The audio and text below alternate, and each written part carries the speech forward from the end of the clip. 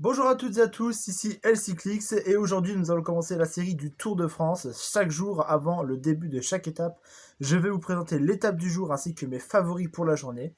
Et en même temps qu'on va présenter cette étape 1, je vais aussi vous présenter tous les favoris pour moi du Tour ainsi que les favoris pour certains maillots distinctifs. Nous allons commencer cette vidéo du coup par voir les équipes présentes sur ce Tour de France 2021 avec pour commencer la formation du leader sortant Tadej Pogacar avec son équipe l'UAE Team Emirates. Tadej Pogacar qui va pouvoir cette fois-ci avoir une équipe totalement articulée autour de lui, avec notamment Marc Hirschi, qui l'année dernière était dans la team Sunweb, qui a fait le transfert en début d'année chez la team UAE Team Emirates. Voilà, ça peut former une très belle équipe, une équipe qui peut peut-être museler ce Tour de France, mais nous allons voir qu'il y a d'autres équipes qui peuvent aussi être capables. Je veux bien entendu parler par exemple de l'équipe Jumbo-Visma, l'équipe de Primoz Roglic, qui a fait une préparation un peu spéciale pour ce Tour de France, puisqu'il n'a pris le départ sur aucune course ces dernières semaines. Il n'a même pas pris le départ du Critérium du Dauphiné, ni de son championnat national. Et là, on peut s'articuler sur une équipe qui est vraiment plus que ficelé autour de Primoz Roglic, avec notamment pour la montagne Sepp Kuss ou Steven Kruijswijk, ou encore quelqu'un qui peut aussi viser des victoires d'étape, ou alors peut-être, pourquoi pas, le classement du maillot vert,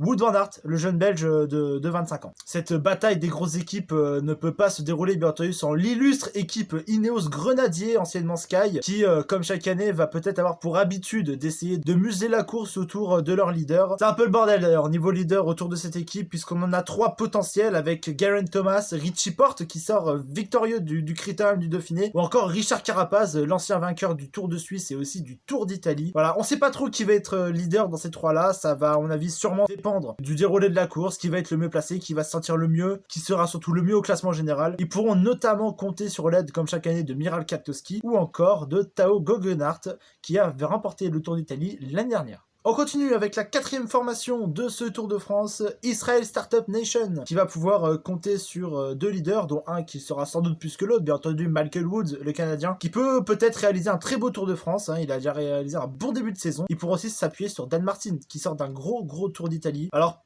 voilà, je dis qu'un seul leader, pourquoi? Tout simplement parce que pour moi, Michael Woods est beaucoup plus frais que Dan Martin qui sort du Tour d'Italie. Ces deux coureurs qui vont pouvoir s'appuyer sur celui qui a été appelé le capitaine de route, voilà, bon, c'est un peu le seul rôle qu'il peut réaliser maintenant. J'ai pas bien entendu de l'ancien quadruple champion du Tour de France, Christopher Froome, qui va être là en tant que capitaine de route, voilà, c'est comme ça que l'a annoncé l'équipe Israel Startup Nation. Pour les sprints, on pourra aussi compter sur André Greipel, qui a déjà porté plusieurs fois le maillot vert, qui a même déjà eu l'opportunité de porter le maillot jaune. Autre équipe avec la Trek Segafredo, avec notamment Vincenzo Nibali et Bauke Mollema, qui pourront sûrement viser le général. Alors le général, je vois plus pour Nibali, voilà, Mollema, on sait tous que sur 3 semaines, il y a un moment donné où ça a pété, Mollema, ça n'a jamais été très bon sur 3 semaines. Sur une semaine, oui, sur 3, non. Ils pourront notamment compter sur les deux Français, Julien Bernard et Kenny Lisson. Julien Bernard qui, on compte sur lui d'ailleurs, pour essayer d'aller nous chercher de belles victoires sur des échappées victorieuses. Une autre formation qui pourra se vanter de pouvoir jouer un peu sur tous les plans. Je veux bien entendu parler de la Deceuninck Quick-Step avec le champion du monde, Julian Alaphilippe, qui va pouvoir bien entendu chercher non seulement le général mais aussi des étapes. Tout dépendra de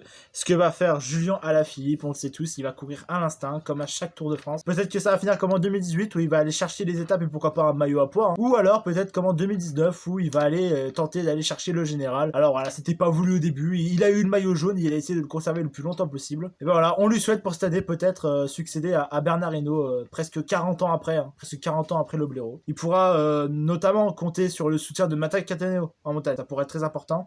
À noter chez Deceuninck Quick-Step Sam Bennett qui ne pourra pas participer, le vainqueur du maillot vert l'an dernier. Il est remplacé par Mark Cavendish, voilà, qui est enfin auteur d'une belle saison pour l'instant. Voilà, il a eu une disette de 1 ou 2 ans, je ne sais plus trop, mais voilà, il ressort de Satania, Mark Cavendish. Il pourra aussi être aidé dans les sprints par Davide Ballerini, qui avait sorti un début de saison qui était tout simplement monstrueux. Prochaine équipe, et on espère que cette fois-ci ils ne viseront pas que le classement par équipe. Je vais bientôt parler de la Movistar, l'équipe espagnole. Encore une fois, pourra compter sur plusieurs leaders potentiels, bon, même si le plus gros leader reste Miguel Angel Lopez, le Colombien, mais on pourra aussi s'appuyer sur Alejandro Valverde, Enric Mas, Marc Soler. Bref, une équipe qui est tout simplement monstrueuse. On espère que cette fois-ci il n'y aura pas de bagarre entre les leaders de cette équipe, parce que franchement, si ça s'entend dans cette équipe, ça peut fermer l'une des plus grosses armadas de ce peloton avec Ineos, Jumbo et UAE Team Emirates. La Bora Hansgrohe qui peut aussi miser gros sur ce Tour de France avec notamment Emmanuel Bourman qui va essayer cette année encore une fois de viser un gros classement général, pourrait être aidé de Wilco Kelderman qui d'ailleurs lui aussi en cas de défense de Bourman pourrait lui aussi viser peut-être un top 10 au général. Patrick Conrad sera là pour les épauler, l'Autrichien, et bien entendu pour les sprints, l'éternel Peter Sagan qui après son échec de l'année dernière, voilà on peut le dire, c'est un échec l'année dernière pour Peter Sagan, cette année va peut-être pouvoir se reprendre avec l'absence de Sam Bennett. Comment imaginer un Tour de France sans l'équipe de Marc Madiot, la Groupama FDJ, avec cette année comme leader le jeune breton David Gaudu, qui, avec l'absence de Egan Bernal, peut peut-être espérer chercher le maillot blanc de meilleur jeune pour la dernière année, voilà. David Gaudu qui, ce serait une juste récompense pour tout ce qu'il a fait jusqu'ici. Et pourquoi pas, ça juger le maillot jaune pendant quelques jours, c'est tout ce qu'on lui sait. Il sera pas très aidé malheureusement de cette équipe qui va surtout être très articulée autour de leur sprinter Arnaud Démare, l'ancien champion de France, qui a perdu son titre il y a une semaine, on le sait, voilà, qui va être aidé par son train habituel, Arnaud Démare. Quand même, à noter, dans cette formation de Groupama FDJ, Valentin Madouas, qui pourrait peut-être être le seul à aider d'ailleurs David Gaudu dans la montagne. Autre équipe française avec la Cofidis, avec bien entendu Guillaume Martin qui sera le leader après un critérium de Dauphiné plus que décevant pour le jeune coureur français. Au niveau des sprints, on aura bien entendu Christophe Laporte qui court toujours derrière une première victoire au World Tour. Voilà, on lui souhaite pour ce Tour de France d'avoir sa première victoire dans le plus haut niveau du cyclisme mondial. Bien entendu pour Guillaume Martin, il sera aidé de Simon Geschke, l'allemand, et aussi de Jesus Herrada, l'ancien champion espagnol. Une équipe qui fête sa première sur le Tour de France, je vais bien entendu parler de Alpecin Phoenix qui va pouvoir avoir comme leader Mathieu Van Der Poel. Alors bien entendu, on ne voit pas Van Der Poel chercher le maillot jaune cette année, peut-être dans plusieurs années, on ne sait pas. Mais il aura un rôle très important dans les premières étapes, on va voir ça tout à l'heure, notamment avec l'étape 1. Voilà, il va être là pour aller les chasser ces étapes et pourquoi pas faire les sprints massifs pour peut-être chipper le maillot vert à Peter Sagan, voilà, qui fait bien entendu image de grand favori. Mathieu Van Der Poel qui dans les sprints pourrait aussi être secondé par Tim Merlier. Attention, il faut faire très attention à l'ancien champion de Belgique. Il peut être très fort dans les sprints, on l'a vu cette année sur le Giro d'Italia.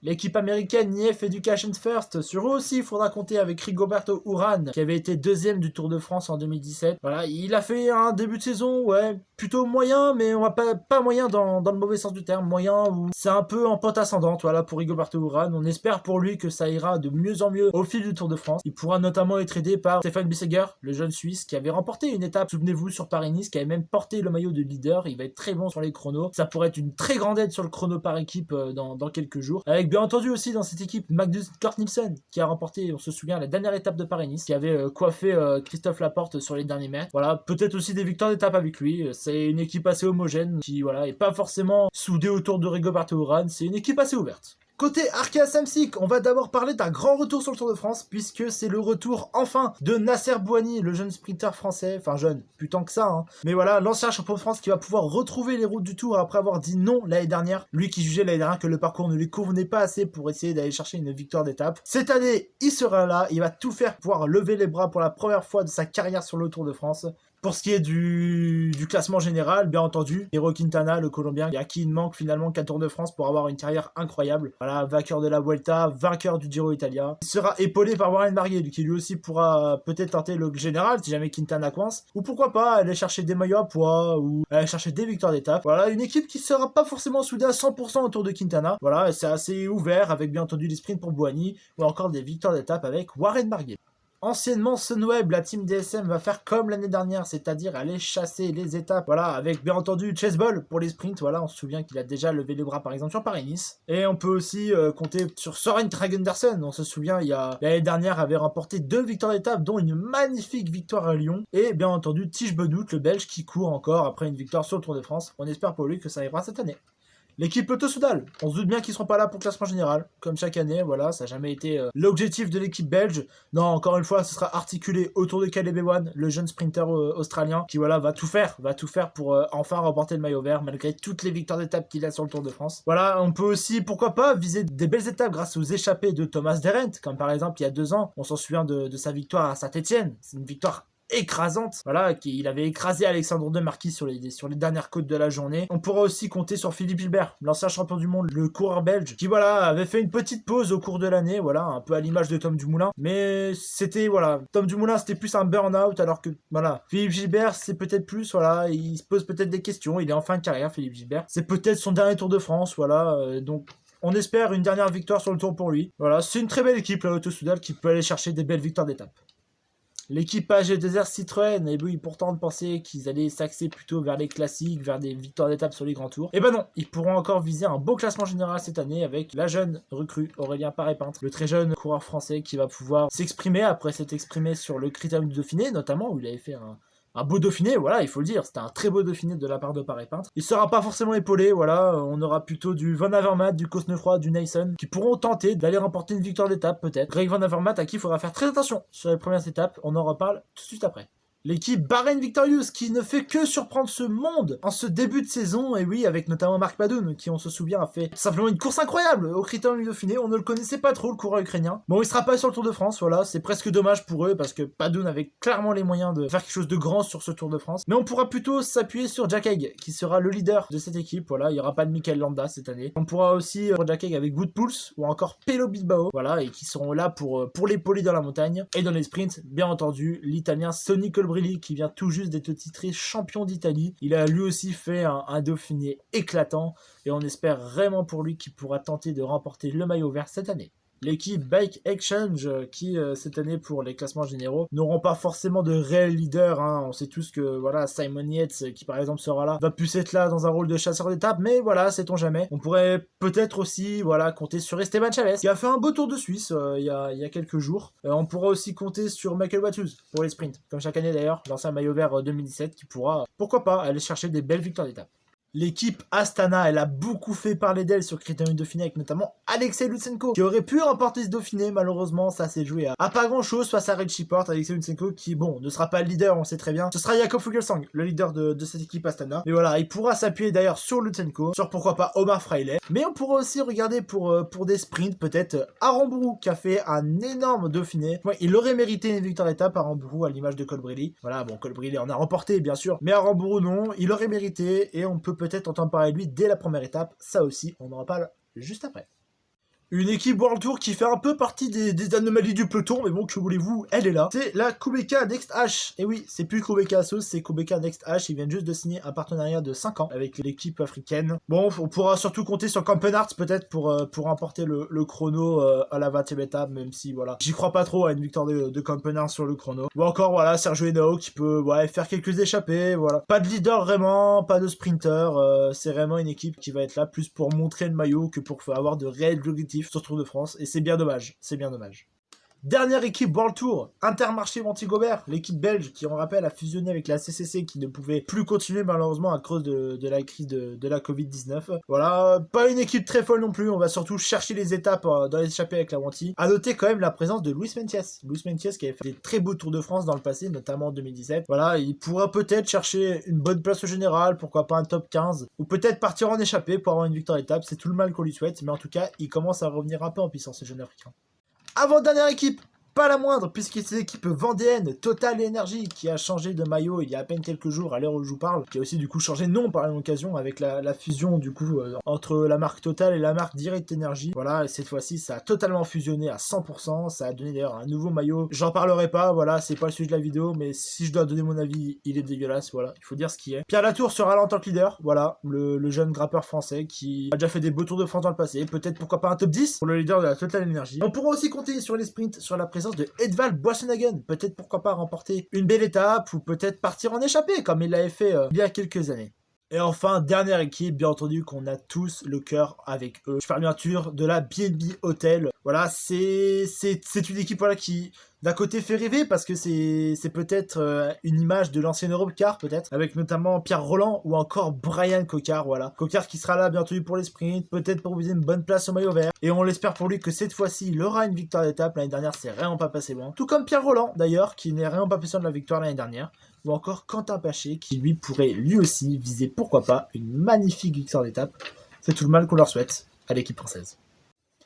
Il est l'heure maintenant de passer à la présentation de cette toute première étape du Tour de France entre Brest et Landerneau. 197,8 km, le tout en Bretagne. Magnifique région d'ailleurs la Bretagne. Il faut vraiment que je passe un de ces quatre pour faire du vélo. Parce que quand je vois le profil de l'étape, franchement, ça peut faire rêver. Voilà, certes, c'est pas très vallonné non plus, mais c'est une arrivée qui sera en côte, hein, avec la côte de la Fosse aux Loups. Voilà, 3 km à peu près 6% de pente moyenne. Et c'est là où on peut voir des beaux vainqueurs aujourd'hui. Ce sera notamment le cas pour Julien Alaphilippe, le champion du monde, d'aller troquer ses tenues de champion du monde avec le maillot jaune pour la 3e fois de sa carrière. Il pourrait aller chercher le maillot jaune. On pense bien entendu, voilà, quand on pense à des arrivées en côte, quand il y a Mathieu Van Der Poel, bien sûr qui fait partie des favoris. Mathieu Van Der Poel, voilà, qui pourrait avoir en une journée ce que son grand-père n'a jamais réussi à avoir, et pourtant Dieu sait que son grand-père a pu remporter le Tour de France. Par bien entendu de Raymond Poulidor. Voilà, Mathieu Van Der Poel qui pourrait aller lui aussi chercher une victoire étape avec le maillot jaune. Bien entendu qu'aussi, quand on pense à ces deux-là, bien sûr qu'on pense à Wout van Aert. Wout van Aert qui, voilà, malheureusement n'aura peut-être pas son mot à dire dans cette étape, simplement parce que voilà, il y a Primoz Roglic. Primoz Roglic qui lui va se battre pour le général. S'il peut avoir le maillot jaune maintenant, à mon avis, il ne s'en privera pas, Primoz Roglic. Et quand on parle de Roglic, on est obligé bien sûr de parler de Tadej Pogacar qui lui aussi pourrait, pourquoi pas, créer la surprise. Et encore surprise, c'est vraiment, ce serait même pas une surprise en fait, qui s'impose aujourd'hui à Landerneau. Mais voilà, c'est à peu près les leaders. En fait, les leaders de l'étape sont surtout les leaders du général. Voilà, on peut peut-être déjà assister à une première bataille des coureurs du général, tout simplement. Voilà, même si c'est vrai que le parcours en soi ne s'y prête pas tant que ça, l'arrivée, elle s'y prête. Voilà. Et pourquoi pas aussi, peut-être, pourquoi pas miser sur un Peter Sagan. Voilà, même si ce n'est plus Sagan il y a quelques années, il peut tout de même réussir à faire quelque chose aujourd'hui. Ou pourquoi pas sur un Sonny Colbrelli, qui on l'a vu sur des arrivées comme ça, peut être très fort. Il peut être très très fort. Quand je pense Colbrelli, je pense aussi à Rambourou. Voilà, c'est notamment grâce à l'excellent Dauphiné qu'il a fait. Il peut aussi aller chercher une très belle victoire d'étape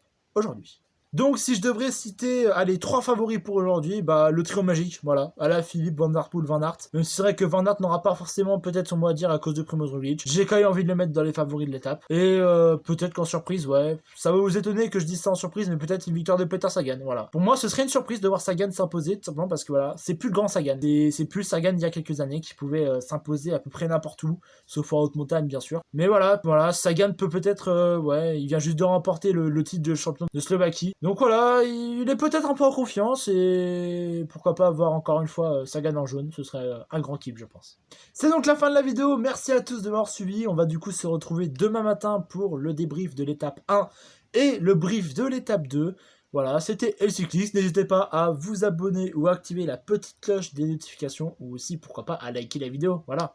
Hein, j'ai bossé quand même s'il vous plaît, mettez un petit like, voilà, ça fait toujours plaisir. Moi je vous dis à bientôt, à demain matin pour une nouvelle vidéo sur le Tour de France, c'était les Cyclix, et à bientôt sur le vélo.